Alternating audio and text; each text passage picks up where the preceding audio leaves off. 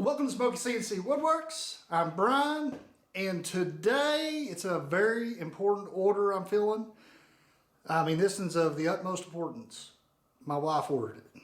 So today what I'm going to do for you is we're going to cut one of her favorite scriptures, and I'm just playing with the design of it. I've tried to add something just a little different. I'm trying to go for that old rustic wood, that old like barn wood around the outside edge. So I've programmed the machine to where it'll cut the wood to look like that. Now it's going to be a long cut. It's going to take over an hour, I'm sure, just because of all the little bitty cuts and little bitty grooves. But hopefully it'll come out with a really great look. We're going to try some brand new stain on this to see if we can give it the look. Haven't done that either, so maybe it'll come out great. Hopefully it'll come out great, or somebody will be in trouble and be back out here again. So we're going to go cut this thing today. So let's go.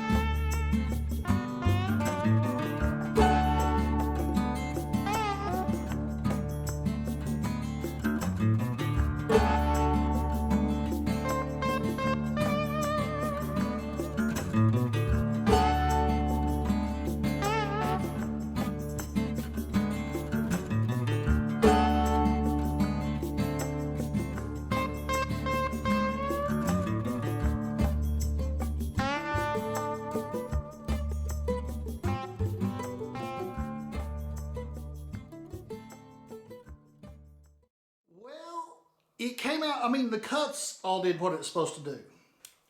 The stain, I really kind of flubbed up on. I shouldn't have free-handed it. I should have put me a tape barrier around there so I could make my good straight lines. Instead, I just tried to wing it, and I kind of went a little over what I wanted to do. I tried to touch it up a little off camera with some sanding. It looks better. It's not perfect. But the overall look is what we were after. But you can see what I'm talking about right up in here.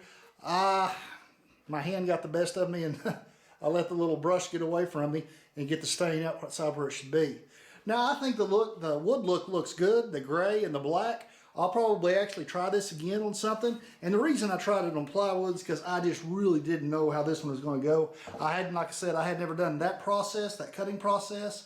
And another little hidden secrets, I updated my software last night and it's doing different things. And so, yeah, it's been kind of a learning process. So we'll just put it that way. But I hadn't used that stain before and done that process. And so I wasn't real sure how that stain was going to work before I did it in oak or something very expensive. I was going to try a cheaper piece of wood. So guys, that's going to be it for this one. If you haven't done so yet, run over and check out Smokey Uncuffed, and you can find that at www.smokeyuncuffed.com. I'm doing a podcast every week. Sometimes I'm interviewing people.